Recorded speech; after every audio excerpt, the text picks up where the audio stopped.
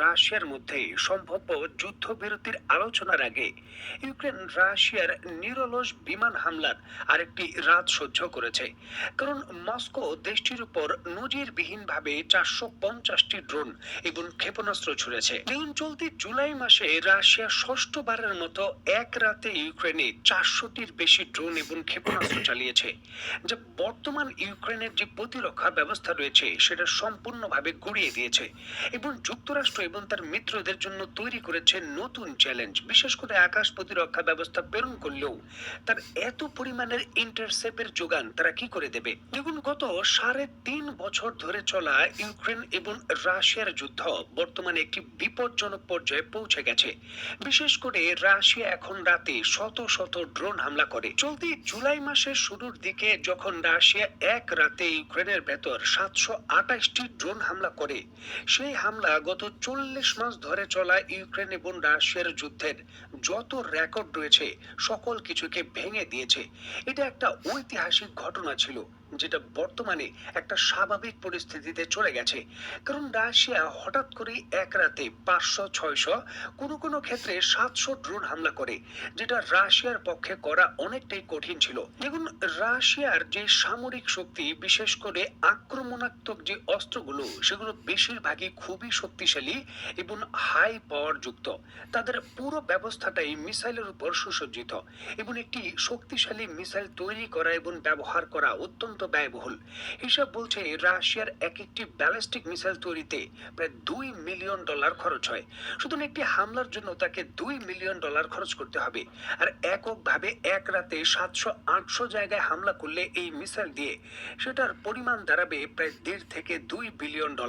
এবং সুনির্দিষ্টভাবে এই বড় অস্ত্রগুলো দিয়ে শহরের ভেতর যে কোনো টার্গেটকে আঘাত করা বিপজ্জনক, কারণ এটার শক্তিমত্তা বেশি। এটা যখন বিস্ফোরিত হবে আশেপাশের অন্যান্য ভবনগুলোকেও সেটা গুড়িয়ে দেবে, আর এতে করে সাধারণ মানুষের যে ক্ষয়ক্ষতির যে ঝুঁকি সেটা বাড়বে। এবং একেবারে প্রথম দিকে ইউক্রেনে যখন রাশিয়া হামলা করেছে, তখন এই মিসাইলগুলো দিয়ে হামলার কারণে ইউক্রেনের সাধারণ মানুষের ক্ষয়ক্ষতির পরিমাণ বেশি ছিল, যেটা আন্তর্জাতিকভাবে রাশিয়ার বিরুদ্ধে জনমত গড়তেও পশ্চিমা বিশ্বকে সহযোগিতা করছিল। তবে এখন পরিস্থিতি পাল্টে গেছে। এখন রাশিয়া ড্রোন ব্যবহার করে সুনির্দিষ্ট আক্রমণ করে, যেখানে টার্গেটের ক্ষতি হয়, সাধারণ মানুষের ক্ষয়ক্ষতি হয় না। আর রাশিয়ার এই যুগান্তকারী যে সক্ষমতাটা তৈরি হয়েছে, এটা একমাত্র ইরানের কারণে, ইরানের সহযোগিতায়।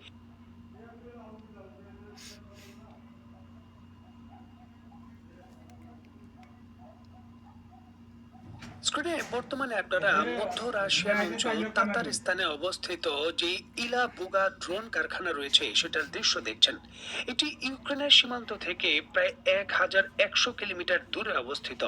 এই কারখানাটি রাশিয়ার যে যুদ্ধ অর্থনীতির ধারণা ছিল পশ্চিমা বিশ্বের, যে এত ব্যয়বহুল অস্ত্র ব্যবহার করতে করতে রাশিয়ার অর্থনীতি একসময় শেষ হয়ে যাবে, পশ্চিমা বিশ্বের সেই ধারণাকে সম্পূর্ণভাবে গুড়িয়ে দিয়েছে। দেখুন, এই ইলা বুগা শহরটি প্রথমে একটি বিশেষ অর্থনৈতিক অঞ্চল হিসাবে পরিকল্পনা করলেও বর্তমানে এখানে বর্তমান পৃথিবীর দ্বিতীয় বৃহত্তম ড্রোন উৎপাদনের কারখানা ইরানের সহযোগিতায় রাশিয়া তৈরি করেছে। এবং রাশিয়ানরা গর্ব করেই বলে যে এটি বর্তমান পৃথিবীর দ্বিতীয় বৃহত্তম ড্রোন উৎপাদনের কারখানা। রাশিয়ার প্রতিরক্ষা মন্ত্রণালয়ের যে টিভি চ্যানেল রয়েছে জাভেদা, তার দ্বারা রেকর্ড করা এই ফুটেজটিতে তারা কিন্তু এমনটাই দাবি করেছে। দেখুন, ইরান বন্ধুত্বের সহযোগিতার অংশ হিসেবে রাশিয়ার কাছে সায়েদ 136 তৈরির যে সম্পূর্ণ প্ল্যান্ট এবং প্রযুক্তি রয়েছে রাশিয়া হস্তান্তর করেছে।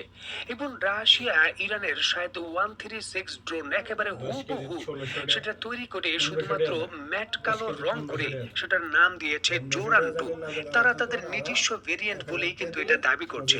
কিছু কিছু ক্ষেত্রে রাশিয়া দাবি করছে যে ইরানের সায়েদ 136 ড্রোনের রেঞ্জ যে জায়গায় ছিল 2500 কিলোমিটার, সেটা এখন রাশিয়া কিছুটা বাড়িয়ে 3000 কিলোমিটার করেছে। এবং গত 6 মাস ধরে এই ড্রোন কারখানাটি অ্যাক্টিভ হয়েছে এবং রাশিয়া গত 6 মাসে এই গোরান 2 যে ড্রোন রয়েছে সেটা 18,000 তৈরি করেছে এবং বর্তমানে